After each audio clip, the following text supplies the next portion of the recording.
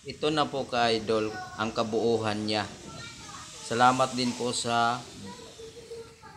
trabahante. Ayan o, ang sipag-sipag po talaga nila.